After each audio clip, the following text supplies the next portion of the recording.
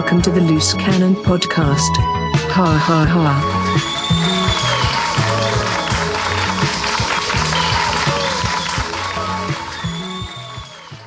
Hello ladies and gentlemen, and welcome to a very special Best of 2017 edition of Loose Cannon by the Sheffield Revue.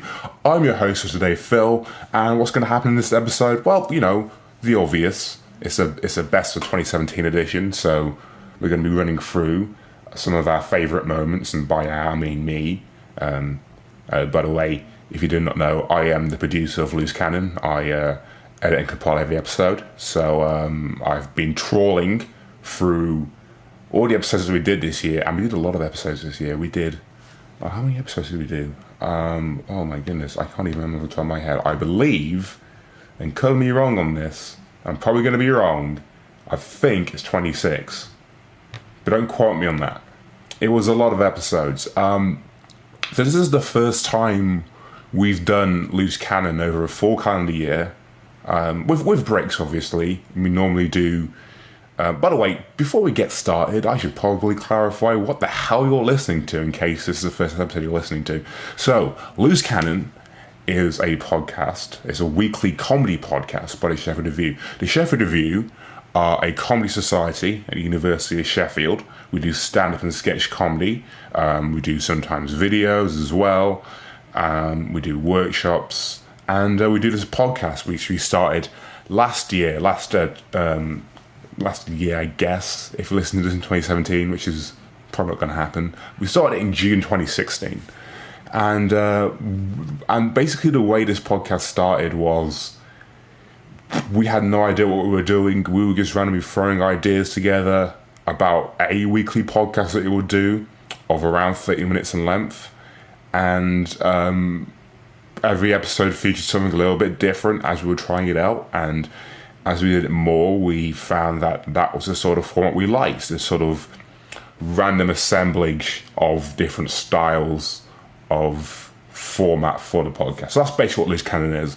It's a mainly half-hour podcast, sometimes longer, sometimes shorter, with a panel, with a host and a couple of guests. Normally it's free, but in some of the episodes that you're probably going to be hearing tonight or today, whatever time of day you listen to it, sometimes there's more, sometimes there's less. It depends who turns up. It's very much, opt in, opt out. If you want to join a podcast and randomly just turn it to a taping, and the format basically reflects that. Sometimes it's very heavily scripted, or there's a theme, or there's like some sort of central conceit, so a Christmas episode or a Halloween episode, or sometimes it's literally just turn the microphone on and we have no control over what happens, and you may hear some of that come through in these episodes that we play to you now.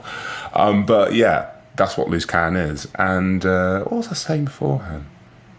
It was something important. The gist of it is we have done a lot of podcasts this year, mainly around university, during uni term time, semester time. So some during second semester of 2017, and some first semester of the next. You know what I mean. I'm rambling. But we also did a couple of other ones. It's been a very big year for the Sheffield Revue as a society. We ended up at the Edinburgh Fringe somehow. We did an Edinburgh Fringe run of a week, which is still astounding to me. I still kind of don't believe that happened. But there we go. And while we were up there, we actually recorded a couple of Loose Cannon episodes as well, some of which may turn up. But yeah, that's basically what this podcast is going to be. And if you have never listened to a Loose Cannon episode before, and this is just, this seems to you like a good way to jump in, hopefully some of these episodes, really get you laughing, get you rolling around. That's a fucking terrible way of saying it. Get you laughing. I hope these podcasts get you laughing, and you listen to some of them because they are really good. I'm very happy with the way that the podcast has sort of coalesced into something very structured. Not structured because obviously it's called Loose Cannon for a reason, but it has some sort of distinctive shape. The first year, 2016, we were definitely trying things out, and we did do a lot of good stuff, but it was a lot of good stuff with kind of not a solid idea of where to go. And for this year, we had a more coherent, I guess. Again, These are words that I'm using very, pardon the pun, loosely. But we had a lot more fun, and we had an idea about what we were doing, and I'm very glad about that. And we had a lot of interest, with a lot of people turning up to podcasts, which was good, which means this isn't all done in vain. But I'm very happy with the way the podcast turned out this year. So you're going to be hearing about a whole load of a whole load of moments even that I've decided should be showcased as the best of the year. But there'll be episodes if you don't have stuff that is on this episode, which you should still check out anyway. And yeah, it's very much come in with your expectations completely reset with these, because not only does the format change, but the tone of the podcast also changes a lot, which is kind of the appeal of it. But there's also, it's not like a lot of weekly podcasts where, especially comedy podcasts, where you have a conceit, you have a structure, you have a general idea of what to do when you're starting and you're finishing a podcast. In terms of length, you have a good idea about what to say and what not to say, and you have a solid roster of people. And we have a solid roster of people in this can as well, but again, it fluctuates a lot more. So that's basically what it is and what this special is and why you should be listening to it. And without further ado, let's get into these moments that we've been fucking delaying for like 8 minutes now. Let's get into the moments of this year. The best of 2017 for Loose Cannon. The Loose Cannon Best of 2017 special. So our first clip comes from Loose Cannon number 34, Opinionated Feral Children. This is the September 29th episode. Who does this feature? Which one does this feature? Oh, yes, of course, it involves me, Gus, who is a very, very prominent person on this podcast. He's going to be hearing him a lot. Chad, and Sean. Sean being Sean Morley, who is a very prominent comedian here in Sheffield, who very, very luckily gave some of his time to do this, and I'm very happy about that. It was a very fun episode to do with guests that we don't normally get on because they're very busy doing other stuff. This episode is a bit different than other episodes where we didn't really have a host of any sort. What happened was there was a discussion going on about, I think it was something to do with ghouls, or something, and it was going on for so long that I eventually just had to hit the record button because there was no way that we can stop talking about this in time for the podcast to start. So what you're going to be hearing is there's a brief backstory to this of basically, I think we were talking about Paul Gascoigne giving Raoul Moat being the infamous serial killer of years back, and Paul Gascoigne being a footballer, of course, but there was something to do with some sort of story that popped up about Paul Gascoigne giving Raoul Moat some food when he was hiding from the police. It was something to do with that. I don't know whether that was the exact conversation, but what you're going to be hearing follows on from that in the way that things can follow on from other things on this podcast. And it's a lot of fun, so without further ado, here's our first clip. The Loose Cannon Best of 2017 special. I feel, again, we have to take the neutral stance, don't we? I don't feel that. I mean, we really don't in this case. Like, there's a difference between what Sean was talking about and what's talked about now. Like, I could absolutely say that it's most likely that he doesn't have that. Why? Because, we can read people from what they look like. You need to have a balanced argument. That's how. So what we're saying is we should have two. Like, we should have someone arguing extremely for the fact that he has a fetish for food and serial killers, and someone extremely against that. And to add a fulcrum in the middle, you need to have someone that has no beliefs on the subject, who's an equal active participant in the discussion. but why? He does not have anything to say about it. It seems to me to balance it. It's to centre it on the centre ground. But there's no need if there's two sides already talking. Isn't it balanced exactly. That's like a crazy perspective to give. You're only given two crazy perspectives. You need a centre. But how is that less crazy to have no opinion about? That's the normal. That's the standard thinking on it. This is a serious issue. thoughts on the subject. Like if Paul Gascoigne is giving takeaway to Raoul Mo, and you say to someone and they go, I have no opinion on this, that's the sign of someone who is deeply, like he's got a problem. That person's got a problem. Sometimes, if you've got a debate, the only way to tell who wins the debate is to have someone who comes in with no opinions. If they side with someone, you tip the balance. The people but then they have an opinion. Off and then they have an opinion of that side. Let's think about a different debate, right? One person, let's say you want to have a debate about trees and their value, right? And you've got one person that says trees are amazing, we should replace all buildings with trees, we should replace all people with trees.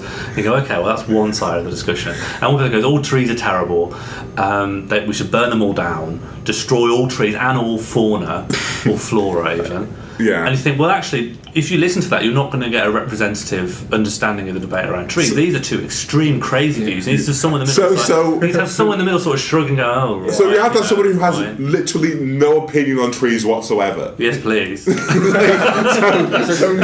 Doesn't even know what a tree is. So has to have explained. How is that less crazy? How does someone have no opinion on trees?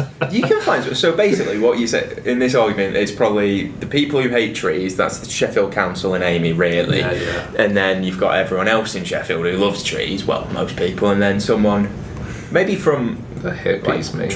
Yeah, from Egypt. But hippies clearly, at least, they don't like extremely love the trees, but don't like trees. Like, I like trees; they're good scenery. But like someone with no opinion, like the most centre person on trees. Get someone from Iceland is entirely above timberline. There's no trees in Iceland. So you get but like they know about the concept of trees. Just because they don't live in a place where trees are, right? They still aware have of what right. They'll know what a tree is. Because same reason I know what. What Iceland is. I know what panda is. I've never. Yeah, exactly. Like, you still have to have some sort of opinion. Yeah, if you absorb a piece of information from something that you've seen, you must have some sort of thought process about that before it just leaves your brain. Yeah, one of those feral children that's kept in the basement. Even better, you get a newborn child. They'll have a massively exposure. violent opinion on trees because it's a new piece of stimuli. I mean, they'll have a really aggressive reaction to trees. Yeah, they will. They'll.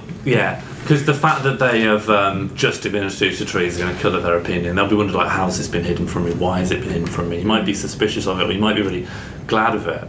So it would swing you. It's very hard to be neutral about trees. If you're feral, then that's when you're like most opinionated because everything is new to you, and you have no idea how it relates to the rest of the world. The most opinionated. Yeah, and they should have their say too. Yeah, they just put one in the debate. So there's a fourth nose that's required in the debate. So let's clarify what we have. We have someone extremely for, extremely against, completely neutral, and feral. Yes. And of course, you do need a moderator. The feral person can't have experienced the concept before, so has to be new. And of course, you need a moderator to keep the opinions like going. Are they shown the tree at the start of the debate, the middle of the debate, or the end of the debate? They'd have the concept pitched to them by everyone else. Right. So they don't have any sort of objective opinion on what a tree is. They have to work out whether or not to invest. it's Dragon's Den, but to a feral child. It's two people arguing about which case they should go for, and the only person in the panel is a feral child. And there's one person who's like, I don't care, I don't know. But how feral are we talking? Like, do they know the English language? No language, no concept of walking, or like the nuclear family. Yeah, these are the first people that have seen their lives. Do they bring in a tree? Like they've lived in complete... A physical example? No. They have to describe it. Diagrams. Yeah. They can look at a cross section of a trunk. That's it. The Loose Cannon Best of 2017 special. My oh my, that was indeed a clip. So that's basically what Loose Cannon is. If you've never heard it before. But let's cut the crap. Let's get on with our next clip. Our next clip is from Loose Cannon episode number 32, Noah's Ark Zoo Farm. Now, this was the final one of our specials that we released, that we recorded at the Edinburgh Fringe in a very nice Airbnb, which will never be allowed back into again, but that's an aside. This was actually the first one we actually recorded. This was sort of settling down. I think it was the first couple of days we were in, and it was just whoever was available and not rehearsing for the sketch show or out watching something or flyering.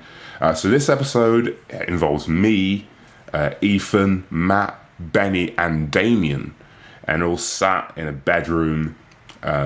Luckily, the microphone was on for this one. We recorded 3 of the Edinburgh specials, and none of them had the actual Blue Yeti microphone that I brought up on, so it was just laptop audio, and it's not great. But, you know, hindsight. But yeah, this episode was a lot of fun to do. And we get onto a discussion about something called Noah's Ark Zoo Farm, in which Ethan brought this up, I think, a couple of days before we did it, and I refused to believe it was real, but it is real, crazily, and this is a clip where we talk about that. So here we go. Loose Cannon, Noah's Ark Zoo Farm. The Loose Cannon Best of 2017 special. Have you heard of Noah's Ark Zoo Farm? I'm just going to go with no because I think... I know that I haven't. I think we should hear about If you go to Bristol Airport, which I've been a few times now, because I'm a plane man. If you go to Bristol Airport... I'm a plane man. Plane man. What do you want to be when you go, I'll be a plane man! Go up in the sky. Okay, my he ego's a means bit too plane big man. for this room. Yeah. But there's a sign, there's a massive poster. The biggest advertising campaign in Bristol Airport is for Noah's Ark Zoo Farm. Can anybody tell me what Noah's Ark Zoo Farm is? Because there's a lot of nouns in there, 3 of which are different to each other. Yeah, I don't know if it's an ark, a zoo, or a farm. Because Maybe it's just a Noah. Yeah. I don't think it can be an ark and a farm, Exactly. because like farmland implies that it's on land, and an ark implies that it's in the water. I think it needs to be an ark and a farm, because if you're on the boat and it's a zoo, like, you're sort of stuck there. Aren't you? Isn't it just a massive boat with lots of animals on it, but you milk the animals? No, I guess I could It's see Noah's like, Ark Zoo Farm. I could see in It's much farm more like boring than that. It's actually just... It's called Noah's Ark because it's run by people who believe literally Noah's Ark happened. So they believe that actually happened. It's farmland, but they've put fences around it and put zoo animals in it. So you've got tigers living on fields. That seems incredibly Who's dangerous. rowing the fields in Bristol? Usually this barbed wire fence is like, that's absolutely Yeah. fine. Yeah. It keeps the cows It's out. just Why shouldn't we tigers. keep lions out? It's just tigers. We're gonna milk the tigers later. It's gonna be fine. Yeah, it's fine. They have 2 of each animal apart from a snake and lemurs. So they have 1 snake. They've got one and a snake. massive family of lemurs. And meerkats, that's it. And everything else is 2x2.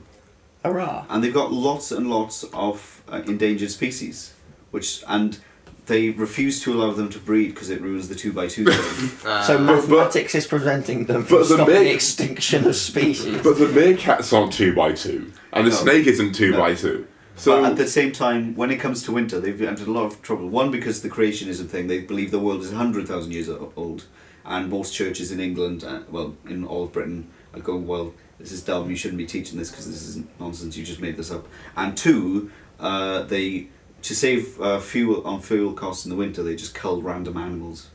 random animals. Imagine They're not even like. blindfolded 3 people, gave them shotguns and say, well, good luck, lads. I think last year it was chickens. Chicken. It's like a wheel. It's like a wheel of fortune what the animals are going to kill. I was like, please no rhinos. Yeah, please no Take on rhinos. the wheel of culling. Oh fuck, we have to kill the Damn. rhinos. They're like the last 2 left and we've got to kill them. For no discernible reason. They haven't explained why they killed them for winter, apart from cost cutting.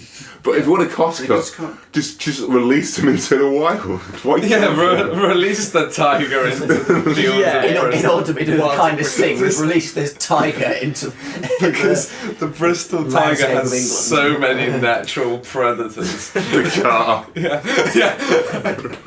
I feel, but the 2x2 thing, it doesn't make sense, because it's if they read the story of Noah's Ark but didn't read on afterwards. Like, why were there 2 in the first place, so they could like breed and repopulate the world? No, because 2 is the magic number. That's how the song goes. Yeah. Yeah. And they added up all the animals, and that's how they came to 100,000 years old.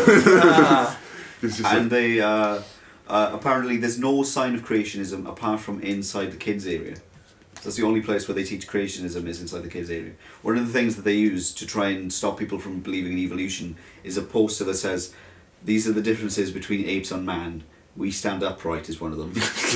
we stand upright. Oh, taking it from the obvious down to the genetic then. Yeah. We So have it's- glasses. What do apes have Yeah, glasses? do they? Well, there you go. Checkmate atheists. Equals shout. There were more than 2 humans on the boat, but only 2 apes. Oh. Yeah. Oh, I guess the apes fall into the 2 rule, but humans can populate whenever. They belong with the meerkats and the snakes. The snakes.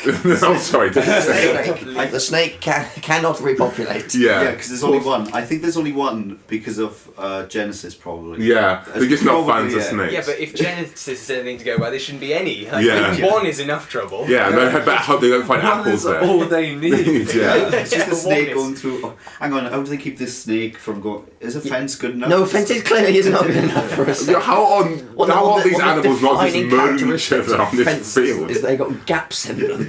Are you sure this is just some sort of weird, fucked up animal version of Battle Royale they're doing? Right? Just like, they're putting explosive collars on them. All the animals into one field and just wait until one of them's left standing. Because I'd see that, to be honest. I'd watch that. I'd pay my ticket. Yeah. Which animal is the mightiest? Exactly.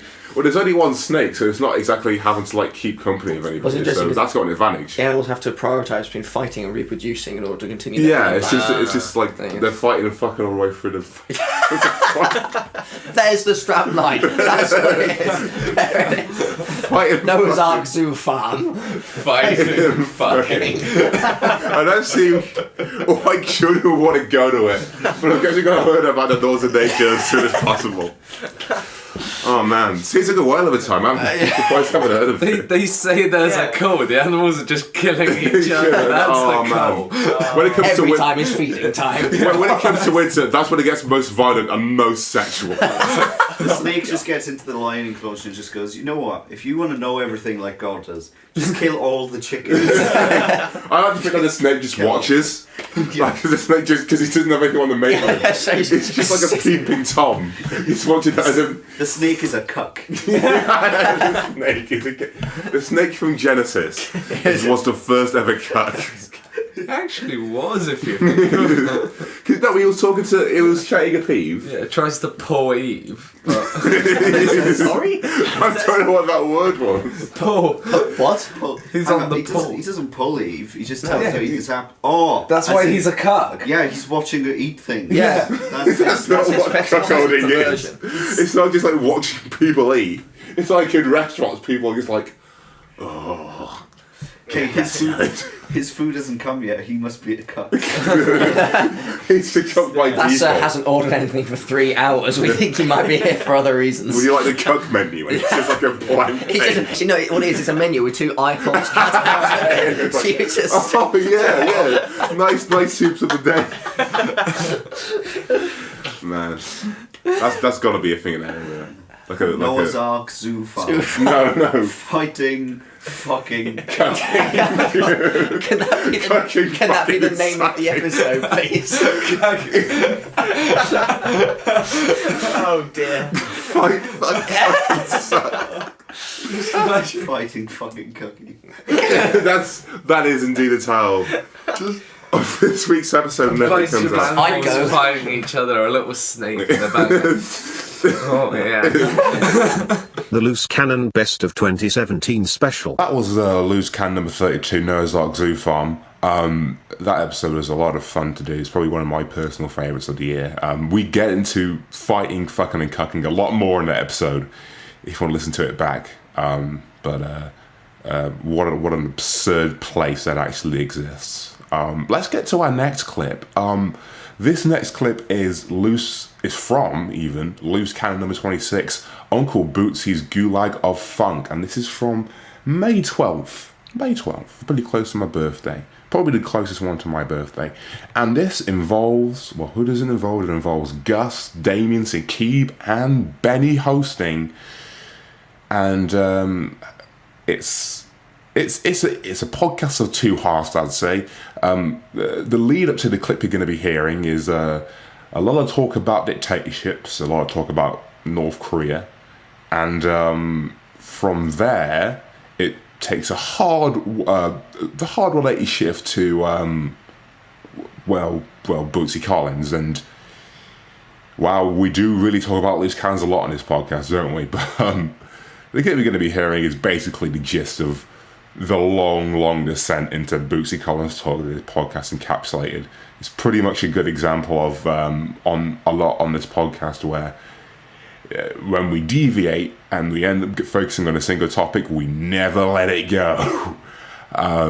But it's super enjoyable, which you're going to hear how enjoyable it is. So without further ado, Uncle Bootsy's Gulag of Funk. The Loose Cannon Best of 2017 special. I'd like to just pivot back to the gifts. Oh, must we? Now I found the list of them. Because I've been reading them for the past couple of They're minutes. good, aren't they? There's They're some, normal dictator boy. gifts. What is a normal Like, dictator? for example, like you can imagine like a metal horseman, which I assume is half man, half horse. Absolutely, yeah. And Horse ornate fighting man. chessboards. Oh, is that that's from sort of a Gaddafi? That's from dictator. Yeah, Gaddafi, that's a yeah. dictator gift. And like Yeah. What did Castro give him? Castro gave him something. an ivory lion from Tanzania, Ivory lion. a gold cigarette case. That's very Okay, very gold dictator. cigarette case is very dictator. But then we get to the others. A VHS copy of the critically acclaimed 1996 animated film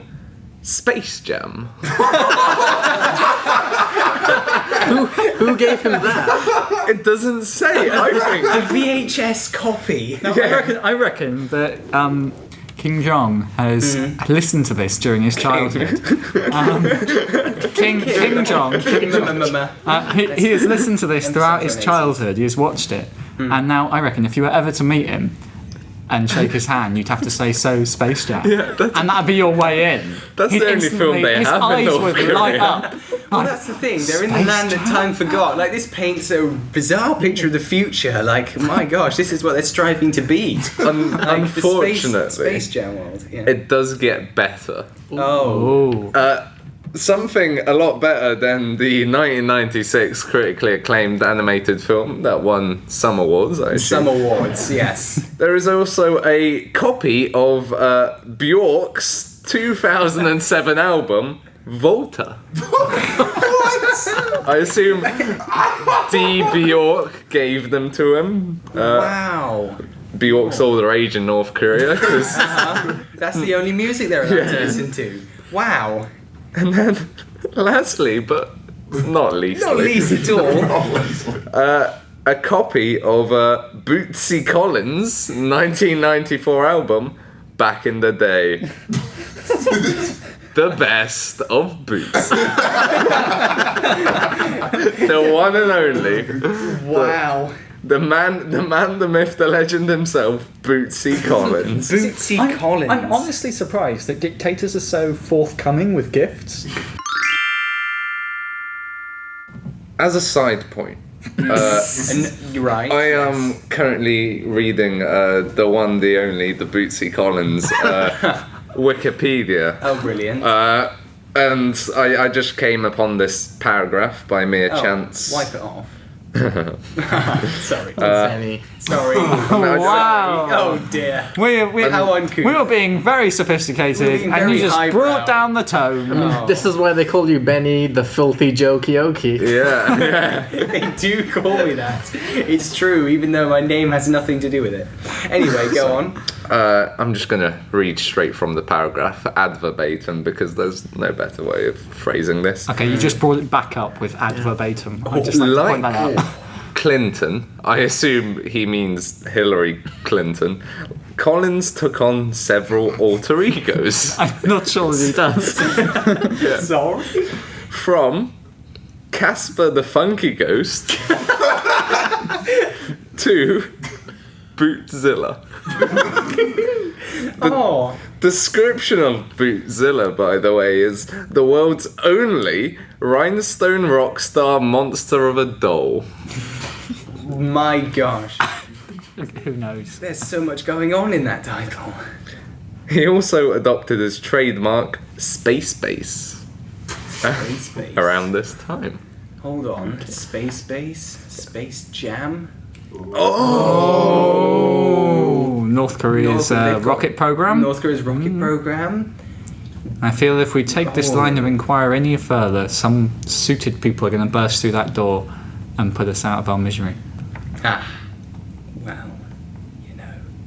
It's just one of those things. I feel Patient. like just in case they might we need to keep our voices down. In case they're listening. Just in case. And make it very hard for listeners to keep up. Well, you can see the sound levels to see if it's still audible. Audible. Audible.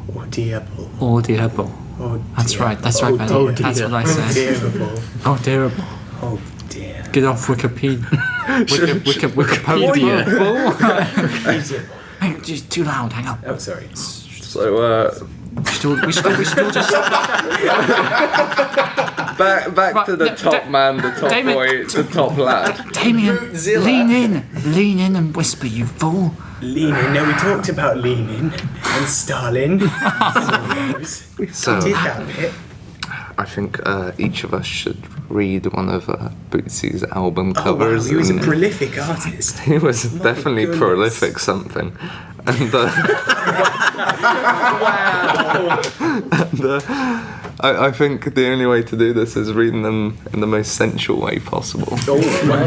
So I'm going to Who are start you going to make eyes with, Damien? with Or the Make sexual eye record contact with. from the year of our Lord and Saviour, 1976 AD. I don't like this. The band- CE these days. The band is the only Bootsy's rubber band. I assume that's his band. And the album title is Stretching Out in Bootsy's Rubber Band. So Stretching out. I'm gonna move this on. Should I just go down? Just go down the the list, list. or we just All go of down these the are gold. Oh, Bootsy. the name is Bootsy, baby. Oh, no, that was a bad one. No, that's how he Someone's go down introduces the himself to people. Like, Wait, he wait. sent a The message third to one's his better. Kim Jong, This like, one looks good. I mean, I'll try my best. Bootsy, Player of the Year. I feel actually. Sorry, is that your sensual voice? Oh, I didn't know You I were was going to doing go for sensual. like Bootsy, player. Yeah, I forgot to go sensual. I'll do it next time. Oh, it has a question mark. Yeah, it in does it. have a question mark. Bootsy? Yeah. But I like the next one. Oh, wow. Yeah. This boot is made for Fonken.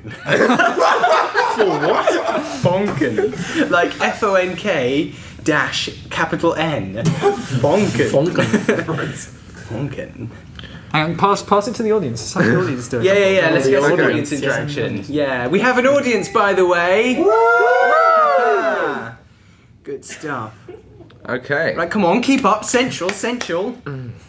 Right, I'm going to skip some because. Oh, we're allowed to skip them now, are we? We're allowed to skip. Fuck you, Dave. There are no rules.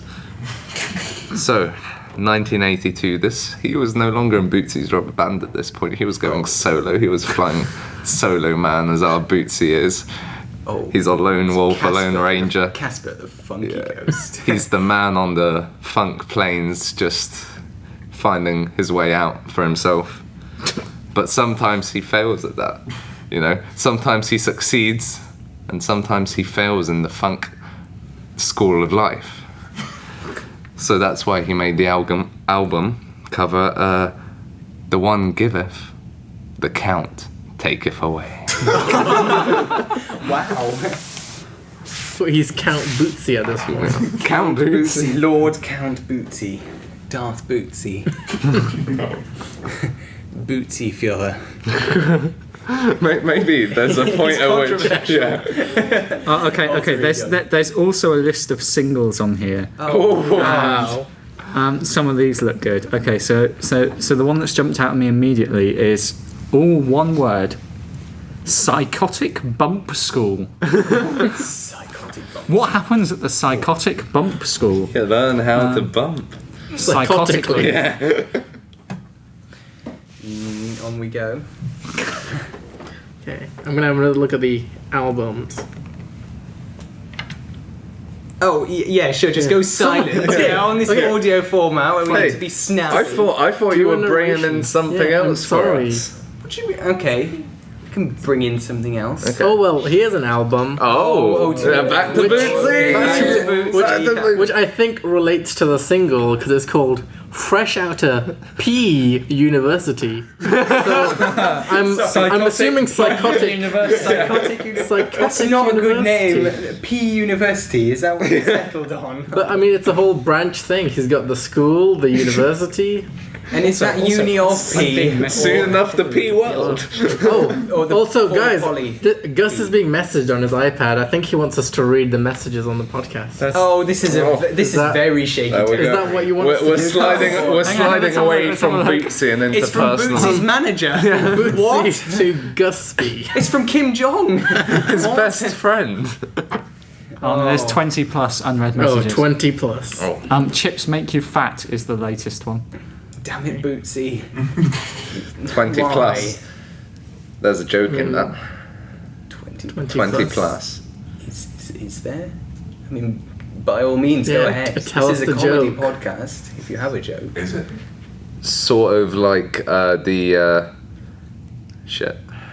No, go on. 20 plus. Sort of like the age at which you'll be put in a work camp in North Korea. There we go. Classic Bootsy. Oh, Bootsy. The Loose Cannon Best of 2017 special. Yeah, so that was Loose Cannon number 26, Uncle Bootsy's Gulag of Funk. Take an educated guess where the name came from, I wonder. Yeah, that's a tough one. Oh, actually, it's worth clarifying at this point in my inane ramblings before every single clip that about the names you get for the podcast. So, early in the year, we were continuing the trend that we started last year, which was we had a random name generator. I think it was a video game name generator that we used at the start of every episode to pick a name for a podcast. Which is why if you look at the earlier ones, they're not going to be in any way relevant to the episode, or indeed logical sentences. That's kind of how randomness works. But then we sort of phased out a little bit and decided to go for like more theme names, or I guess names that sort of play the hand of a little bit of what the podcast want to be about. You know, we want to keep a little bit of surprise in there, but you know, a little bit of a nod, wink, wink. But and this next clip is definitely one of those. It's Nightmare on Cannon Street. It is episode number 37, and this came out on October 31st. Good old All Hallows Eve indeed. This was a Halloween special, and is a Halloween special. I mean, it always will be. It's not going to not be that. This was our 2017 Halloween special. I guess this is a tradition now. We did one kind of last year. It wasn't really properly Halloween based, and to be honest, neither was this one, but this one more so.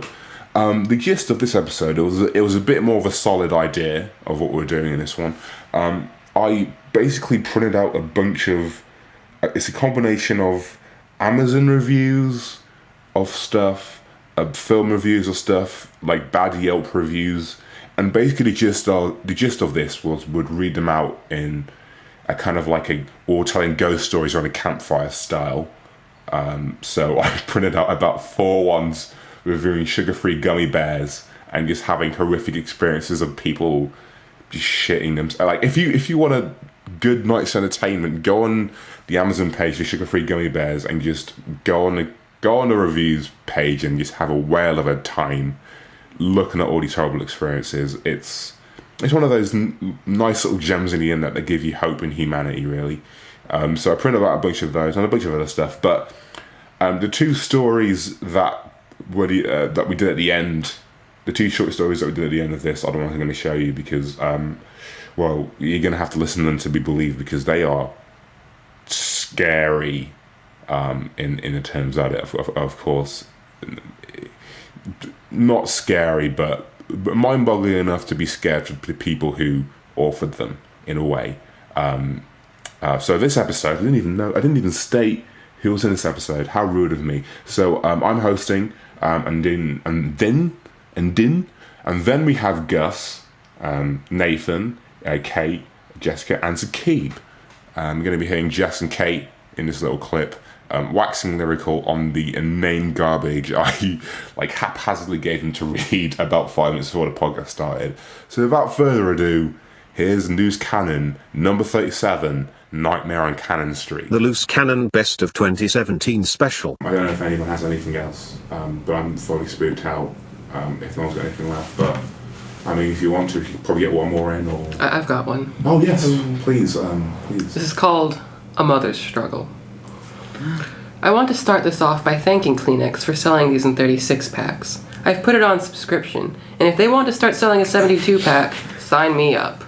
I have 3 reasons for needing this much Kleenex, and their names are Liam, Samuel, and Hank. This is how it goes in this house. First, the Kleenex disappears. Then, the toilet paper. Then they go for fabrics. And you don't want it to get there, unless you're ready to invest in a 5-gallon drum of Febreze. This used to be a good Christian home.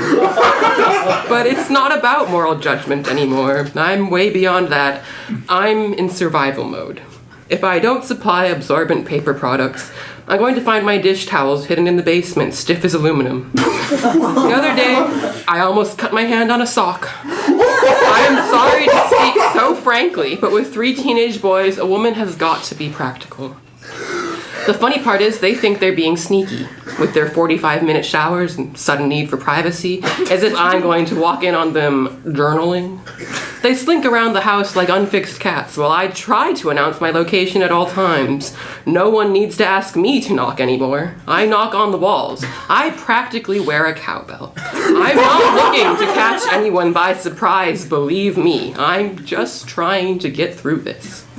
The other day, my husband was watching me unload the groceries, and he asks me, all sweetness and light, "Honey, what are you doing with all that Kleenex?" I almost knocked him off his chair. Oh, fuck. Oh my god, I actually don't know what that was. I mean, the spookiest thing is the harrowing realism. Yeah. It's going to have a scary effect on your bank account, isn't it? I mean, yeah, the Kleenex. Like Kleenex. Go for off-brand. There's so much of it. That's overwhelming in a household. That's too much. Jesus Christ. Yeah. Where should we go from here? Are we just go buy some Kleenex. That's odd connotations right now. Yeah. I don't want to. Kleenex party. I really hate to think what happens in the Kleenex. I don't want to buy Kleenex anymore. Has it been tainted for you? It's been so tainted. Oh my god. Yeah. So where should we go from here? Should we end it? Should we carry on? We can't end on that. Yeah. I have a film review. Ooh. I think it's a film review. I have a film review. I'm going to glance over. For the film The Devil Inside. Dun, dun, dun. And the review is by Climate Denier. This is already change, just climate. Don't watch this movie or you'll get possessed watching it. This movie is just a bunch of death. It feeds no life at all. What exactly is their motivation for making movies like this? Just to glorify the enemy? Why don't they make movies about God's greatness and glory instead? This satanic crap wounds your spirit and opens you up to a demonic attack, and the enemy can oppress you and attack your mind and spirit even beyond your consciousness. This just feeds a bunch of death to your spirit and mind. By watching movies like this, you're opening up doors to the enemy, and the devil can hurt you and move into your life and feed death to your soul. When people watch movies like this, they're ignorant of the dangers and don't realise what is actually taking place in the spiritual realm. For example, in the movie theatre while this is playing, there are literally thousands of demons flying all around there like a beehive. You're basically inviting the devil to have access to you. I'd rather invite the Lord in instead. Why do they keep giving the devil and demons all this glory? Satan's not a deity, just a fallen angel. And he's always kept on a leash. God is much more powerful. Greater is he that is in me, brackets Jesus, close brackets, than he who is in the world, bracket the devil, close bracket. The people who made, wrote, produced and directed this movie are going to hell if they don't repent. They will have to give account on Judgment Day and explain to God the Father, before his throne, why they did this. I wouldn't want to be in their shoes. This movie is full of death. 2 people found this helpful. The Loose Cannon Best of 2017 special. So that was our Halloween special, Nightmare on Cannon Street. I hate the internet. The internet is broken. The internet broke me. The internet broke all of us in that room. And people should really be audited before having the ability to provide content for the internet. Says the people who make this podcast. I know it's kind of hypocritical, but there you go. That's the Sheffield Revue promise. We'll always be hypocritical. You know what? For the next clip I'm going to put out, I'm going to do something a little bit different. I'm going to call it a bonus clip, but it's a file that I found on my laptop from all the recordings that I did. It was before a podcast episode. I believe it was Good Shit Climax, which was what number was Good Shit Climax? I'm desperately looking at my list. Episode 41, so not too long ago. Always before we do a podcast is very frustrating because as people are getting into it, people are always riffing on stuff. They're chatting about stuff. And a lot of it is actually kind of interesting or funny, and you'd probably want to get it recorded, but of course I'm setting up and doing audio testing, so I rarely ever get that down. And so I guess this one came from Sakib, who is the person in this clip, randomly just telling me to stop recording, and I didn't know why.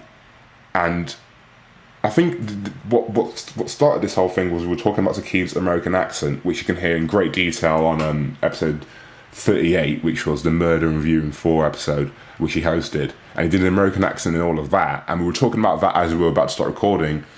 He makes me hit record, and then he launches into this, which is short, but it leaves a lasting impression. So without further ado, here's a bonus clip called Boy Howdy. The Loose Cannon Best of 2017 special. I remember when I was just a boy on that ranch that Papa made. Oh boy, did we lasso those chickens to death. That might have been why we went out of business, because all our chickens were lassoed to death. But we sold a lot of chickens that day. Oh, we sold so many chickens. And boy, did we make so many omelette du fromage. Because you know what they say, you can't make an omelette du fromage without breaking a few eggs and milking a few cows. Because cows' milk turns into cheese when you leave it out in the sun for a set amount of time. That's what we learned the hard way on the farm when we were going through our milk depression and we left all the bottles of milk out in the sun for no goddamn reason, and then they all just turned to cheese, and we were like, oh boy howdy, what are we gonna do now? We turned all the milk into cheese. And Papa came and he said, don't worry boys, we'll just sell cheese and we'll be a cheese farm. And we said, Papa, that's crazy. And he said, boys, when have I ever let you down before? And we said, well, when you told us to lasso all the chickens and make omelette du fromage and we lost all the chickens. He said, yes, boys, but I will not fail you again. And he was right, because we did fail and no one bought our stanky cheese. So that we all went out of business and had to sell our land. But poor little old me, little old Joey, I had to sell my body so the family could still run their family business. I had to prostitute myself for the sake of the family. And boy, did I prostitute my ass off. Literally, I now have a prolapsed anus because I prostituted my entire ass off. But boy, am I good at riding horses. The Loose Cannon Best of 2017 special. So that was that, and that was whatever that was. I should say, by the way, that Sakib pretty much wanted me to put this on the best ofs compilation at the end of the year. Like, I finished recording that, and I said, well, that's just here. I might put it down as a bonus thing. As Sakib said, definitely put it down as a bonus thing. So if you're Sakib, one of his friends or anything, or you feel like I'm unnecessarily putting him out there, he did say he wanted it to be on there. And, you know, it is a great little monologue from him there. Completely improvised as well. So, you know, there's some chops there. Let's get on to our next clip. This next clip is from Loose Cannon episode number 27, and this involves Gus hosting, and the guests are me, Ingrid and Rob, and I've sort of taken note of this as I've listened to all the episodes this year, but I don't know if it's intentional or just something subconsciously that we do. But every time me and Gus run a podcast, it always ends up in me and Gus arguing with each other a lot.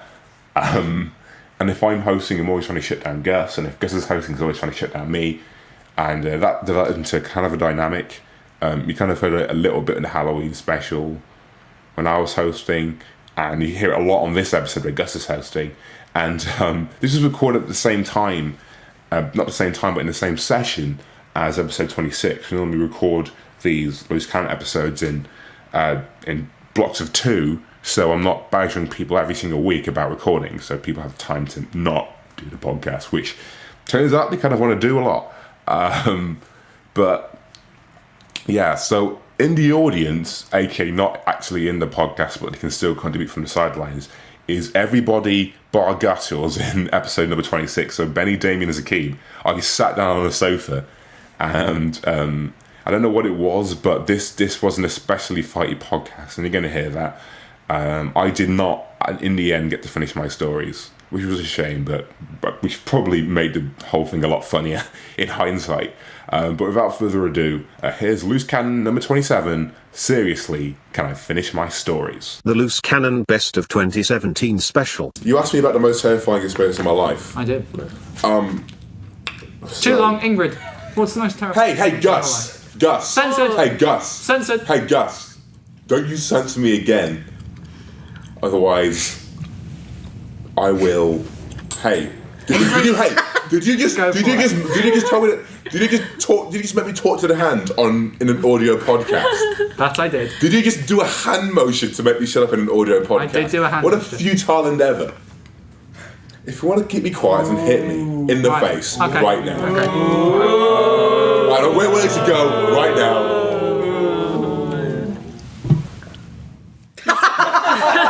He's cracking his knuckles. No one can hear that. No one can hear that, guys. For the benefit of the audience, can hear that. For the benefit of the audience, That was who are embarrassing. listening to this, hopefully, well, one, what's life like in North Korea? We're coming for you. Hang in there. 2, what Gus tried to do was he tried to crack his knuckles menacingly, and he put his hands right up to the microphone, attempted to crack his knuckles, and regrettably there was no sound, All right, which was quite a humorous display. Ow, my face has been punched! God, people almost believe that. And let that be a lesson to you, Phil. Ingrid, what's the scariest moment of your life? Oh, Phil can go first. That's right. My goodness, after all that. I feel I have been undermined so badly. Alright, Phil, so what game are we playing next since you're now the host of the podcast? Well, I'm just going to tell you about the most terrifying experience of my life. Okay. So this one time, I was this is a very recent story. I was sitting in a room with 3 other people, and we were doing this thing called the Loose Cannon podcast. I don't know if you've heard of it. It's basically an audio podcast where... No, Phil, we're not in North Korea. We haven't heard of it. Well, that's true. It's only broadcast in North Korea. It's kind of like the illusion of structure, but then it's descent into some sort of madness where people talk over each other, and it's very hard to pass through. It's quite loosely structured. Yeah, and it's very Cannon-esque, as it gets fired into the air. Oh, I thought you meant like canon as in like to do with like ecclesiastical law. No, I was thinking of the cameras. Oh. Okay. And I was in this podcast, and I was just trying to speak my mind about a topic that was very important to me, and the host basically went a bit crazy and started threatening to punch me in the face. And it's like, if you don't shut up, Phil, I'm going to punch you in the face. And I was like, well, I'm only trying to speak my mind. Phil, you know what this podcast needs? Strong and stable leadership. For fuck's sake. Go, mate! Go, mate! Go! We have divided the audience But there. what's wrong? What's wrong with like the horses of Britain?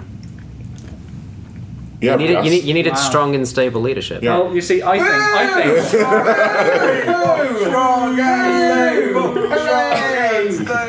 think if government works out of a stable, okay, you know, I think they'd be more down to earth. By the way, the audience has played quite a big role in the podcast that I'm not a part of. Just going to mention that out there. Let that be a lesson to you, Phil. Get the electorate on side. Am I right, electorate? Yeah. Hey, Gus. Here's the thing. None of these are going to vote you. 4 more years. You've stopped me in the middle of me telling 2 stories so far this podcast, and I'm going to finish both. If I'm a bloody mess on the floor after you punching me, No, that's right. I will finish both Phil, stories. I'm going to deal with you. You can finish both of them in about 10 minutes. I will finish them when I'm ready to finish them, which is now. Okay.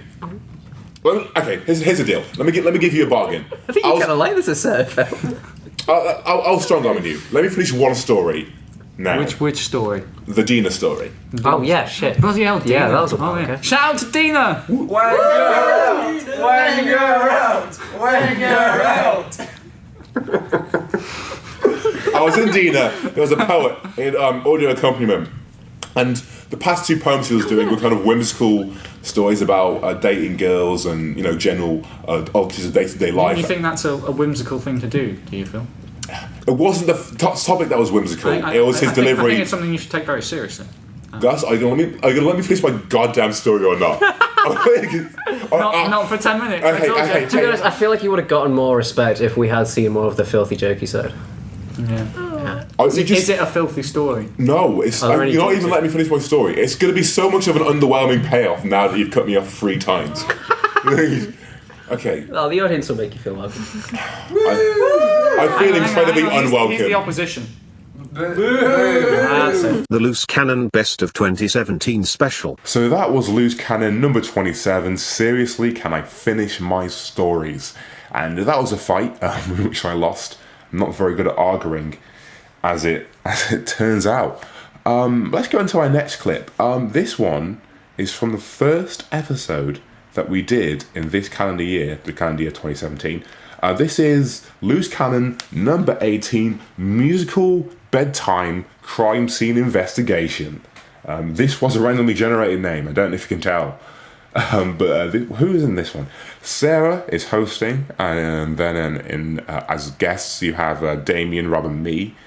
And this was sort of like a loose Valentine's Day special.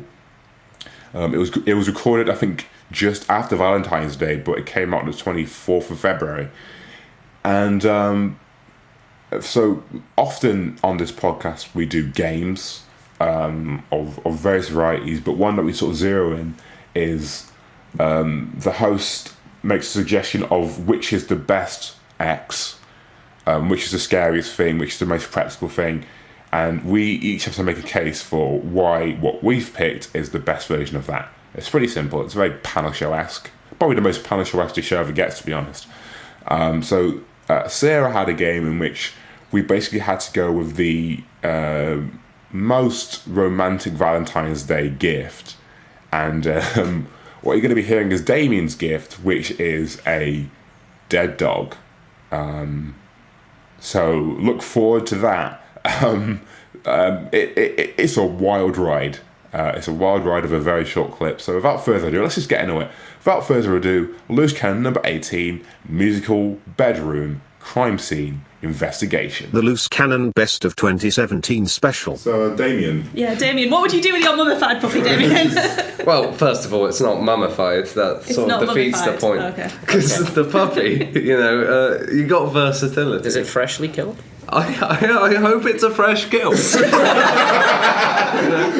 The glee in which he said that it cannot be contained on audio form. Listen, There was like eyebrows and everything.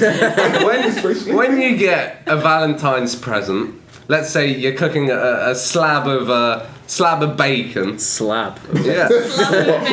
For your Valentine's Not like Day a few love. rashers, just like a... By the way, I am very much alone. What you want to do is you want a fresh meat. You don't want. So you're suggesting you cook the puppy as a romantic meal? Listen, dog is a delicacy. It is a delicacy in many countries, and I want to try it. So the best time to do this is on Valentine's Day. You just want to try it, and you don't care what your Valentine's. So it's not really like a gift. It's more of an indulgence. No. The inside of the puppy gets eaten. Yeah. But there's okay. So the outside remains. There's more versatility. You're Puppies. skinning the puppy. and awarding it to your Valentine. So you're giving her the taxidermy of the puppy that you had previously eaten. From the films I have watched, Christ on a stick. a good fresh kill. The way you say fresh kills creeps me out. And a puppy pillow would be a perfectly good present. Not to mention, you stuff the puppy, and then you've got a life size, but not live because it's dead. Jesus Christ! You've got a life size mascot of your let's say girlfriend's previously once alive puppy. So it's your girlfriend. Why are you looking at me? What is you added stuff which you didn't need to add there. You could have found so many outs to that suggestion. I am finished. Oh my god! Because you got the meat, you got the skin, but what's left, guys? The bones. And I believe if I collect the bones and arrange them in a nice little, let's say, a memorial for the puppy that you killed. Yeah. Then maybe, she'd might forgive me. you for skinning and eating her puppy. Yeah. So your end game of your own Valentine's Day present. And maybe she'd finally answer my messages on Facebook, Karen. Oh no! Is this the point where we have to submit this to the police? Oh well, Very possible. Don't worry. I'm not actually skinning and eating a puppy. It would be a life-size dog at least. Venison might be good for some, but it's not good for me. Jesus. Like how light? Like we talking Great Dane or just like Labrador? Or like... I feel as if a Great Dane that's got too much meat in it. You can't eat all at once. No, you're just wasting food. But a Labrador, that's like perfect. You can freeze size. it and eat it over the course of a week, maybe. You can do that though. You can, but that would ruin. It would ruin the meat. You got to cook it straight away, as quickly. As soon as you kill it. Are you dragging this puppy like from wherever it is, taking its final breath? Yeah, you got. I just feel like Damien's just got a lot of bloodlust, and this suggestion. What is the hand action? Like Damien is like I guess grabbing the dog and just like dragging it towards him. I don't know what that is. He's hallucinating a dog. The Loose Cannon Best of 2017 special. So that was Loose Cannon number 18, and that was a lot of dead dog talk.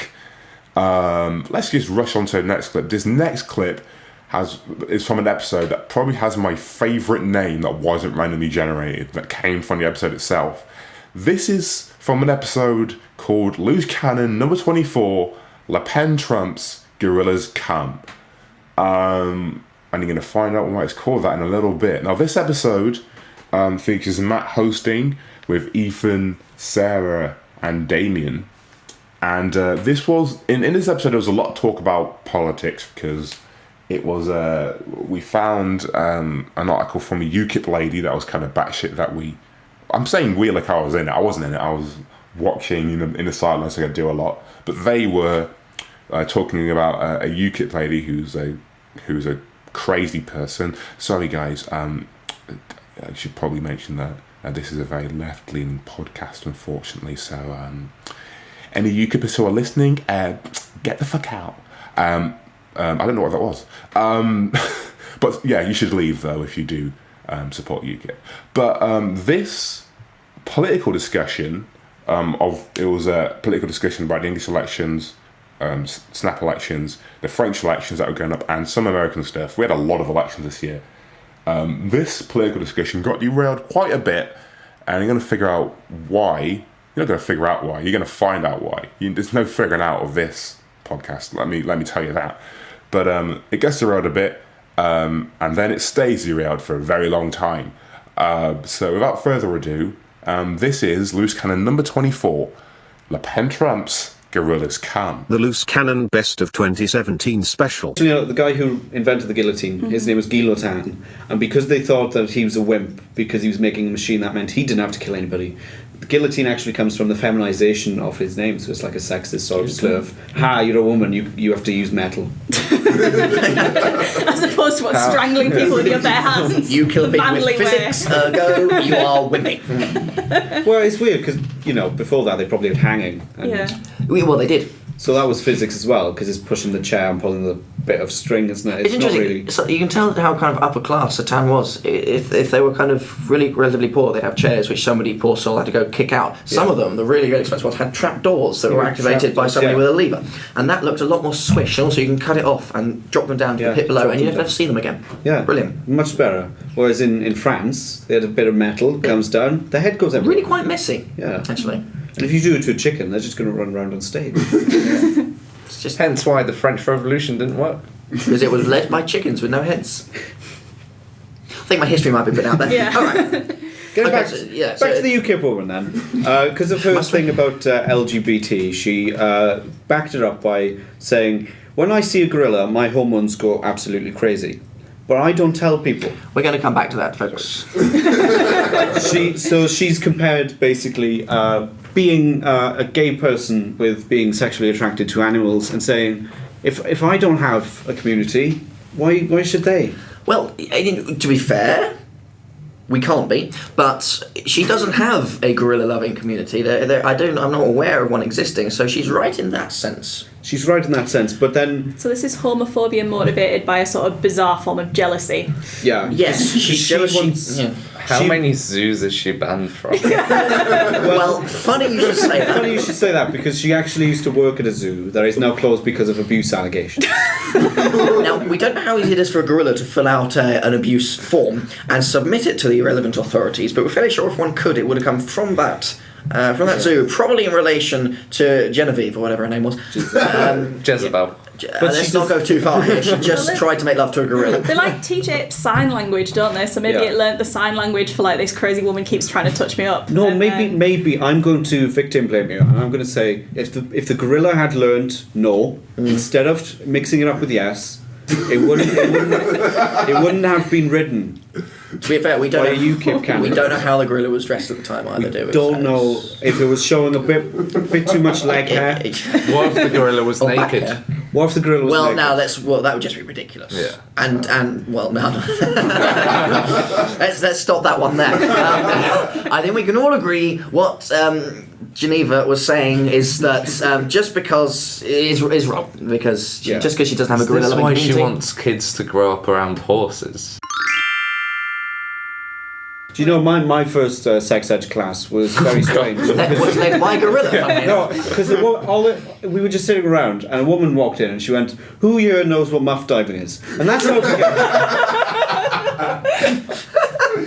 Who knows what muff diving is? Follow-up question. How many people raised their hands in response to that question? One person. Who was it? Was it you? No, it wasn't me. It was somebody else, and they put their hand up and they said something that wasn't muff diving. It was something to do with cakes, I think. But the innocence of youth. Yeah. So she just came in. Anybody know what muff diving is? And then she proceeded to tell us what muff diving was. What is muff diving?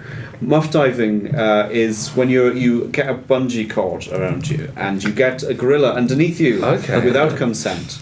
And you jump because it's frantically signing the word for no. No. But you've strapped it up, and the hole. You've strapped up yourself or the gorilla? Both. Both. Oh, okay. So you're strapped to the bungee cord. The gorilla's down the floor. Because it's a male gorilla, the penis is being held open by probably a horse or a golfer. Why is it? And then it's a golf club, two golf clubs. Yeah, two golf clubs inside to keep it open, and then you jump down, and then you dive into. And that's where the word muff comes from, is that enlarged gorilla penis with golf clubs in it. And some golf balls if you're feeling frisky. Yeah. Excellent. Well, we'll move on with no small degree of relief from that. Let's introduce something a little bit different. I have in front of me, we're moving back to England here. Do you think you could fill a swimming pool with gorilla cum? You could fill a swimming pool with anything. In one pump? No, then no. I don't. No. I mean, for all that, gorillas are amazing creatures, but I think the females would die instantly if that were the the case. 1812... No. Instead of cannons. It's just gorillas. Just gorillas wanking into a swimming pool. I wouldn't have thought the risk made it worthwhile for that particularly irrelevant scientific procedure. Well, you don't know. They could be saying yes. No, I think a cup. Well, come on now. How big is this cup? Maybe a pint glass. I was going to say, we're on radio. The listeners can't see you going. The Loose Cannon Best of 2017 special. Wowee, that was Loose Cannon number 24, Le Pen Trump's Gorillas Cam. It's worth listening to that whole episode because, weirdly, despite that clip and everything I said about it, it's like one of the most, I guess, one of the most stable episodes that we've done, despite it going on literally every single tangent that wasn't the initial point of said podcast. And it's a lot of fun. Let's just jump into this next clip. Now, this next clip is pretty long because I realised I couldn't cut it into parts and just segue into the next part. This is an episode.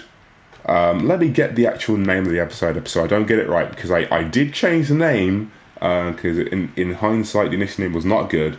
This is episode number 39, Mighty Morphin Kid Snake. And the reason it's called this is because the majority of this conversation is about Animorphs. You know Animorphs, the children that turn to animals. A lot of people in this panel did not. On this panel, we had a lot of people in this episode, Jesus Christ. I was hosting. We had Jess, who you've heard before. You've had Tom, who you probably haven't heard before. On this best of anyway, we've had Tommy, who you definitely haven't heard before. This was his first episode. And we've got Pierre, which is his first episode. And you've got Gus, who you've heard a lot of times before. So there's a lot of people. And on a podcast with a lot of people, what you end up hearing is a lot of people talking over each other. So we ended up talking about animals, and Tom started asking everybody which animorph would you turn into. And I'll leave it at that. I'll let the clip explain the rest of what happened. But it's a long clip, and it goes places. So without further ado, let's get into it. Loose Cannon number 39, Mighty Morphin Kid Snake. The Loose Cannon Best of 2017 special. Yeah. Phil, what animal would you like to turn into? And why? Probably spiders. Mr. Host. I'm a very not one spider, just many spiders. That's a very creepy power. I've got to say. Not many. Three. Three spiders. Are they named? Yeah. After my favourite president of the United States, Trump. Bush Senior. Nixon. Nixon. He was unduly put on undue trial, and Ford, a lesser-known president. Oh yes, Ford. Yeah. I mean, have you not got a spider called Trump? Well, Trump has only had his first year, and we don't know what his legacy will be like. What kind of spider he will turn into. Spiders is a good choice for spiders. And but is free spiders a good choice though? Well, like the strongest material known to man. Exactly. I reckon. So here's my theory about the spiders I'll turn into. That isn't diamond. So Nixon. Well, with 3 spiders, you'd have 3 strands. You could braid them together. They will not be crossed spiders. No. Spiders at war. Back into Phil.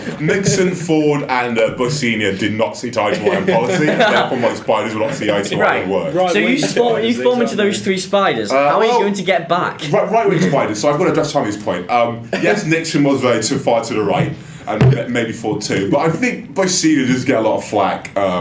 Bush Junior maybe with his foreign policy. But Bush Senior, I'd say, is more central. These spiders are very much a Republican. The spiders, they don't. They are quite Republican. They're party affiliated. That's what. The only way in which they're Republican is in pro-gun control. They've got anti-gun control. Yeah. But in anything else, they're spiders, and they don't know what anything is. Okay. So like when it comes to like they just want to eat they're like, insects. I don't know, I can spin webs. When it comes to guns, they're like, I want to keep guns. Apart from the Second Amendment, the spiders are ignorant. The Second Amendment must be protected, and my eggs must also be protected. That's Right. what my spiders Tommy, are. what animal would you like to turn into? Mr. Host. Yeah, you get bored of his spider talk. No, I was getting bored of America. Nixon would have like a spider version of Watergate. I don't know. He'll be American we've got. Basically, the spider version of Watergate is go into like a random bug cave and start planting like little spider cameras in the holes. Okay, my first thing didn't work. Bugs. And bugs, yeah. Bugs. You know the film A Bug's Life? That's bad high five. Yeah, it was. So you're where the picks off from A Bug's Life, right? Yeah. Imagine that book with all the President's Men as a random side story, and that's what it'll be like. But anyway, carry on. I'm sorry. Tommy, what animal did I turn into? Oh, I'm turning into the host. Yes, good job. You're not doing a good enough job there. I'm doing a terrible job. You see, for once, Phil, it's not me being mean to you. Everyone else is just metating. naturally filled. Yeah, but this time it's warranted. And it was warranted the other time, but you really hurt my feelings. Anyway, carry on. Okay, if I had to be an animal, I would be a panda. Oh, for fuck's sake. Right, panda rant. The reason I would be a panda is because they do fuck all. Yeah, they get cared for. They do. They've got their life set out for them. Imagine being an animal that actually has to go and get. Imagine being like a tiger. You have to kill an animal, kill a deer, then a hyena nicks it off. Well, if you're in a zoo, then that's the life of luxury, isn't it? Yeah, but are you in a zoo? I feel like this is a misconception about pandas though. They don't do fuck all because they eat this shitty eucalyptus. That's koala bears. Shit eucalyptus, yum, my friend. Whatever. No. Koala bears are eucalyptus. You're half right. It's bamboo. But they have to eat so much. Yes. So bamboo is so nutritionally poor for pandas. Mm-hmm. It's probably one of the worst foods they could have decided to eat. Yeah, they just decided to. In fact, it's actually somewhat toxic to them. Can I just pause here and say that I'm already massively out of my depth? Yeah, but also panda facts. Also, panda, yeah, right. I came to a panda eucalyptus. I came to a panda debate with a knife, and Gus has come in. I'm coming with a gun. I fucking come in with like a nuke here. Okay? I am nuking this panda shit right now. Pause, Gus. Pause. Right. Tom really is the host. Yeah, right. Pandas, squirrels, and humans are only one of the 3 animals that have switched over from being carnivores to herbivores, or the other way around. Pandas and this certain type of squirrel, they went from being carnivores to herbivores. So pandas have a really small intestine, so they can't digest anything. So that's why we have quite a long one when we eat meat. Pandas were so shit at being carnivores, they thought, fuck it, let's just eat bamboo. Pretty much. And that was a mistake, and I don't feel we should respect them for it. Okay, I'm but then you wouldn't have a basis for Kung Fu Panda. Yeah, but they're sort of cute and black and white, right? That's kind of nice. Phil, remember when you said this is going to be the funniest podcast in the history? It went political, educating me about stuff I didn't know. Politics and facts are funny. No, they're not. Have you watched QI or have I got news for you? Yes, I have, but I don't like the political stuff. What about panda intestines? Are they funny? Yes! That was in QI, actually. Inherently amusing. Yeah, I love them. They are when you fucking the right tear them out joke of is like Pandas also get porn made specially for them. Yeah, it's because they're so shit at mating. Yeah, well, so do humans. Maybe they're just being manipulative because they want humans to make a porn for them. You know? Right. Like, pandas aren't reticent about mating. It's just that they don't have enough energy to do it. Really, that's kind of the main thing. Okay, whale. Fine, whale. How about that? Yes. What type of whale? Don't back down on the panda. What type of whale? Right. I'm going with the whale. I like the whale. What type of whale? Yeah, you've been interrogated. I thought this was like jovial animal. What animal? I'm sorry. Which animal are you? You know what, Phil? I respected the spider. I thought the spider was a good movie. Honestly, my weirdest side about the presidents, I'm glad you stuck with it. Because like a lot of people, there's no facial reaction in this podcast, but a lot of people were not down with that side at all. They were not having it. I stick by it. I think it's fun. But like, yeah, I'll go with it. I stick with spiders. Go on, what type of whale? Fucking monkey. Just go. I'm going to keep saying one. I heard of the monkey whale. No, Tommy is being so unreasonable, and I love it. Be like a bird. I'm going to keep naming animals until they go fair enough. Fair enough. I think monkey. Wait, so are you going monkey now? Is that going to move on to the next person? What type of monkey? What type of monkey? Okay, I'll give you a helping hand with monkeys, right? Oh, chimpanzee. The biologist just started. Pick chimpanzees, because chimpanzees are brutal. Chimpanzees will rip apart. Why do you want to be? Why is that desirable? Barbary ape monkey then. They kill you. Chimpanzees are the most like nasty, psychopathic, horrifically violent organisms known to man. So are Barbary apes. What about people? Barbary apes are evil. Which type of ape is the most fun? I don't know. This makes my anecdote seem tame in comparison. Don't you want to be like one of the rhesus smacks or whatever? Those monkeys, they just fuck all Be a day. tamarin monkey. They're so happy. I'd be a nice monkey. I wouldn't be like a fucking. Well, you were just suggesting chimpanzee. Yeah. For him, not for me. Wait, what are you saying about him? Yeah. Are you saying Tommy's a mean person now? Yeah, bloodthirsty killer. I'm just saying. I think we have different I priorities. honestly, this is Tommy's first podcast, and I feel I'm like sorry, Tommy. he's been incredibly put upon with this weird interrogation. Right, stuff. what animal I would would you like actually to go be? for, Yeah. if I, given that I've thought about it for more than 2 seconds, Yeah. when the It's too question, much. when the question was thrown to me, I hadn't. Yeah, that's like 2 more than me. I can't even remember what my first answer was. Truth be told, Panda. I fucking remember that. Shut up, God. I'd go for dolphin. Okay. Oh, that's I'm alright with that. That's good. Thank. That's what I was Glad looking we for. have your As long as you're Your turn, yeah. Because dolphins are rapists. It's Jess's turn to be. Yes, brutally what animal would you like interrogated. to be? And you may get possibly screwed by Meal This is Danny DeVito. this is You turn into clipping. Danny DeVito. Just think about how great that would be. Tom, you are clipping quite a bit. I'm sorry. That's a good hip hop. I got excited. Yeah, look, I mean, if he's not going to get Tupac, he's not going to get the noise rap. That's done anything on guitar. Okay, Should we just have a conversation about death grips for now? That's great. Anyway, sorry, Jessica. We will talk about this at some point. Right, I'll calm down. Just as you're going to turn to Danny DeVito. Why would that be? I just think it'd be hilarious. You know, like you're at dinner with someone. Yeah. You say, "Oh, I've done that," and then Danny DeVito comes by, and I would just want to see how long it takes for them to guess that I turn into Danny DeVito. And it wasn't the real Danny DeVito. Yeah. What would give you away? Also, Maybe what, nothing. also, what if Danny DeVito turned up to the party and you turned into him at the same time? I think that might give it away. Yeah. But even then, I don't know. I don't know if you would assume He that might the person be you're eating clashing dinner a with party. turned Like into. you might pass it off as a cover story that you know somebody here, and like, hey, I'm crashing the party. I'm a successful Hollywood star, like they do. And that might be a good way to bluff your way through it if you were deliberately trying to hide yourself. Yeah, but what kind of parties are you going to now, Danny DeVito? Whatever kind of party he wants to. I mean, like, who's going to turn Danny DeVito away from a party? Yeah, he was in Twins. Like, oh my god. He was in Hercules. Yeah, he was in. What else was he in? He was in more films than that. No. Google is right there. That's, Wait, what have we got Should so we far? just move Matilda? on? Like, go Oh, on. you get What Matilda, animal would you okay. turn into? I'm being the host. Okay, well, I don't think any of you have given this enough thought. I gave God. it no thought. Because I've less had than quite that. a lot I gave of about time 6 now. answers. I have given this some thought, and I'm going to pose you this question. Oh, God. What is better than being able to morph into one animal? Not Being able to to morph into more than one animal. That sounds- That's the premise of Animorphs. That sounds like such a hassle. Wait, I they're thought we not only res- picked one animal. Yeah, we only got one. Yeah, You've we been a were cat- we were you've being been a asked cat. if No, we could we're all all turn into hypothetically one. picking But No, Okay. because that's But I wanna the follow same this logic. animal. Okay.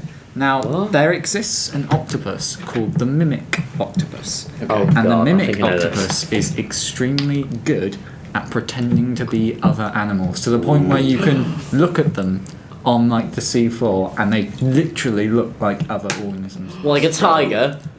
A tiger on the seafloor. Yeah, Like, fucking tiger. Two tigers in a trench coat. Fucking hell, mimic octopus. I like the fact that Gus has sort of got us engaged with the fact, and then Tommy's jumped in like, yeah, but not fucking tigers. like that's suddenly What a rip-off animal. Like, God. Can't even turn like, into he can turn a into tiger. a shark and like sort of tiger, is it? I'm just trying to bring science education to the Okay. forefront of this podcast. comedy. I mean, sure. I don't know how I'm much just of it is going to angering get picked people, I up. to feel be like honest. it. Hey, mimic But I octopus is definitely that's a good shout. It is quite good, actually. and that way I can morph into more than one organism. So that's what not Ditto gonna from do Pokemon much. was based on then. It's like the John Coleshaw of the animal world. Yeah. Or Angus Davis. It's like a Peter Sellers character who can just like morph like that into anybody. Nice. Or any actor who's good.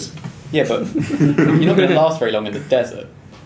Well, I mean, like, I don't think you You transform assume with that this wasn't in the desert. I mean, This was in the desert all no, along. like fucking Danny DeVito's in the last film. Danny DeVito is an amazing. Out of every animal that you've owned, probably lasts the most since he's a human. And Yeah. humans are smart enough to deal with all And the he's- human stuff that exists. To be fair, He's very Humans are smart enough to deal with all the human stuff. Was your exact line there? Yeah, like houses and other buildings. All of those houses in the Sahara, right? Well, I mean, the habitable parts of Some the Sahara, nomads yeah. do. Nomads live in the desert. Okay. No, sorry. Let's get around this. Okay, the whole point of being a nomad is you don't have a house.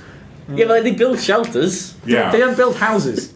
Yeah, Shelters that's not are what he basically meant. a house. Yeah. They still live in a place that Danny DeVito could crash. That's what I'm saying. Yeah. All those wild nomads. I reckon 3 spiders, uncoordinated as they are, cannot handle the lack of water that.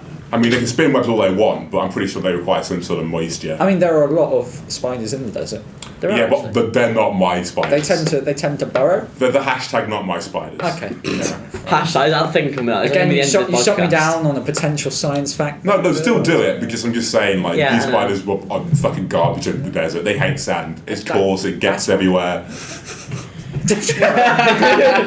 God damn it. Ignore me. Right. Fuck you, Phil. But the spiders do think that. Carry on. I would like to point out, by the way, that my suggestion of pandas was slept upon, but Danny DeVito's just been Because Danny DeVito does not take all the fucking conservation funding for the entire fucking planet, alright? The Loose Cannon Best of 2017 special. That was Loose Cannon number 33, Mighty Morphin Kid Snake, and that was a lot of people talking over each other, which is pretty much the norm of these Loose Cannon podcasts, but in the most enjoyable way that can possibly be. Unfortunately, guys, this is the last clip I'm going to be talking about. It's a damn shame. I realise that if I put any more in it, we would overstay our welcome by way more than we're already doing by going over 1.5 hours. You know, just talking about overstaying your welcome. How dare you? But this is something I wanted to save until the end, so only the true fans could hear it. This is my favourite clip of my favourite podcast we did all year, and this is from a podcast called Loose Cannon, number 19, Hitler's Scooter Warfare. Now, this was a randomly generated title. We did end up talking about Nazi scooter warfare a lot, though, which tends to be how these names lead into the podcast anyway. But that's not the reason it's not the reason the clip exists. There's no context for that clip that comes from that. The context for this clip was we were talking a lot about daddy issues. So the lead-in is a lot of talk about daddy issues. There's a lot of people in the audience as well. Did I mention who was in it? I don't think I mentioned who was in it. I'll mention who was in this episode, this classic of an episode. So, it was hosted by Sakib, and in it we have Max, our president,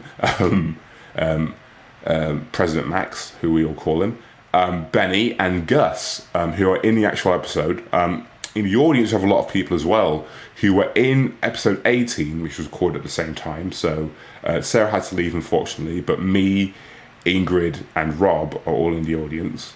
And Damien as well. Let's not forget Damien. Damien is the star of this beautiful, beautiful clip. So we redid the climactic scene to The Empire Strikes Back. I don't know who came up with the idea. I don't know why we started doing it, but we did it. And this is us doing it. So there's a little bit of leading to us doing the Star Wars reenactment, and then I'm going to skip to the very end of this, where Damien does a monologue as the reactor shaft in The Empire Strikes Back, and that is the perfect encapsulation of the beautiful madness that this podcast has turned into this year. It will make you laugh, it will make you cry, or will it? It will make you laugh. It probably will not make you cry. Don't know why it would. But there's a lot of emotion in there, and there's a lot of power in there. I'm going to stop hyping it up. I'm just going to show it to you. This is the clip, my favourite clip of the year, from Loose Cannon, number 18, Hitler's Scooter Warfare. The Loose Cannon Best of 2017 special. Maybe mummy issues or sibling issues. Like, it's the 20 dodgy uncle issues. People, sorry? Do you want to step in? You seem like you've got something to say. Oh, I had things to say until Daddy took them away from me. Hey, you'll get them back if you be a good boy. Oh, thanks, Daddy. I just love how Rob's slowly becoming all of our fathers. Our daddies. That's how it works. Rob, I'm only down for this if we do the Star Wars scene, and then then I'm down for it. Okay. I mean, you could reenact it for audience right now. Okay. Who wants to see a Star Wars I need a reenactment? lightsaber. I do. Oh no, we'll provide the lightsaber noises. Yeah. Okay. Yeah. Right. We've got a battle Audience suggestion. Audience. I think you should include the rest of the cast in it as well. Okay. As Right. Damien, Well, who it's do you wanna Luke be? versus Vader. Yeah. Who's Vader? Well, he's Daddy Vader. And Yeah, I'm he's the Luke. daddy. Spoilers. So, is that a spoiler? Well, I mean, if you've only seen episode 4, it's a spoiler. Oh right, yeah, the fact that Vader. I thought you were saying it's a spoiler that you were Luke. Whoa, I'm gonna keep my character a mystery. So, from what I remember, So, I'm clinging on. So wait, I'm hold his on. We've got to lightsaber. describe the characters. so I'm Vader's lightsaber. You're Luke's lightsaber. Yeah, and Sakib will be Luke's I will hand. be Luke's hand. Okay. Does anyone else quickly want to be a part of? Does anyone in the audience want to roll? Because there was. We could have Vader's Damien. breathing, like someone could. Oh, Ingrid's got the breathing. Yeah. What do you want to be, Damien? What do you want to be? What can I be? You can be the vent that Yeah, you can falls be the down. vent. Okay, I'll be a vent. Phil, do you want to be in it? I will. Be the Force. Yeah, you can be the Force. I'll be the personification of the Force. Okay, so we've got Phil the Force. Phil the Force. Ingrid the. Father Phil the Force. The asthma. Yeah. Ingrid the asthma. Ingrid the asthma. Damien the vent. Duct. Oh, Call him Damien the Duct. duct. Yeah.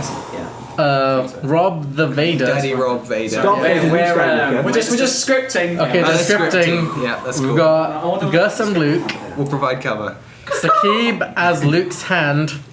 That, spoiler alert, gets chopped off. Whoa. Yeah. We'll get to that. We'll get to get a that. monologue out of that. That's just me. Yeah. I mean, I'll try my best. I haven't monologued in And years. then I'm Benny the blue Benny lightsaber. the blue lightsaber. And Max the red lightsaber. Let's do it. I feel like we. Carl, we're treading in territory. Don't make us improv Podcast. this. We're looking up the script. The wind begins to blow at Vader's cape, and the torrent finally forces him back, away from the edge. The wind soon fades, and the wounded Jedi begins to drop fast. Along with his hand. Unable to grab onto anything to break his fall. Freeze frame. The hand is still falling as well, by the way. I want to hear the duck's opinion on this. Yeah. So, there I was. Just a standard Empire air duct. You know, my life was boring. You're actually a reactor shaft. I'd just like to point this out. Air duct, reactor shaft, it was all the And same. you're actually on Bespin? Back in those times, the only stuff that would fall down is the occasional wrapper of a sweet or a rubbish, if you so will. Then one day, everything changed The rubbish goes in the trash compactor. when That's the episode 4. hand fell down. I felt a pain. I felt a pain for the hand. But then the body fell soon after. I don't know what happened to that person. I don't know if they were sad, depressed. But I'll remember that moment for the rest of my life as an air duct. I saw him Reaction shaft! falling, unable to grab on any of my smooth, curvaceous sides. There's also a hole in you that opens, and Luke falls through. And the worst thing was when he fell through my hole.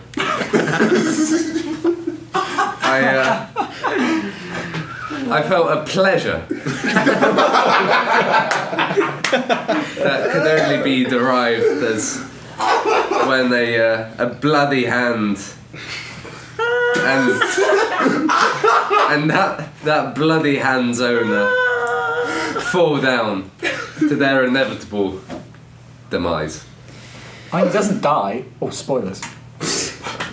My God, that was See, this is the insight you don't get in the original films. The Loose Cannon Best of 2017 special. So there you have it, ladies and gentlemen. Our Loose Cannon Best of 2017 special is over, and we've checked another year off. We've checked another year off as the Sheffield Revue. We've checked another year off as the Loose Cannon podcast. We've checked another year off as people. We've made it through 2017, an ugly, ugly year, with very, very few places of genuine compassion to latch onto. We've made it through it. We can make it through anything. And thank you so much to everybody who has listened to this podcast this year. Thank you so much to everybody who has been part of the podcast this year. So many people have been on it.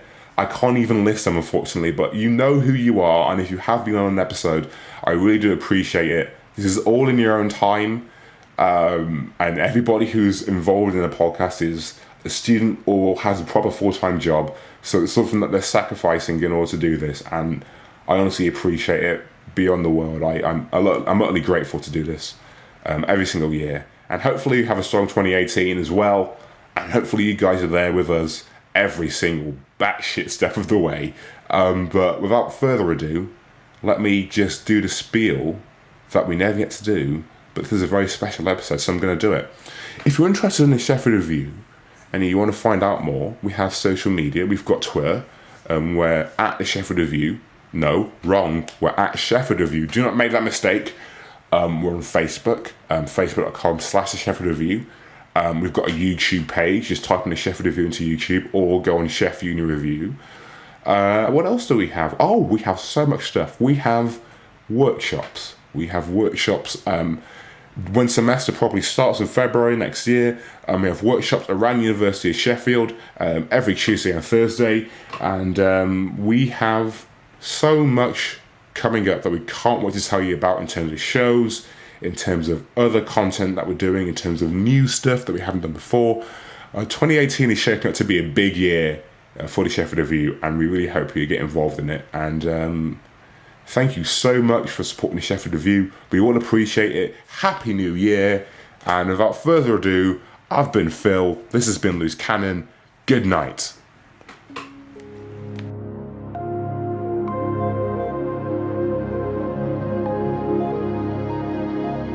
This has been a Sheffield Revue production. If you want to hear more, visit thesheffieldrevue.com. Once again, that's thesheffieldrevue.com. Tally ho.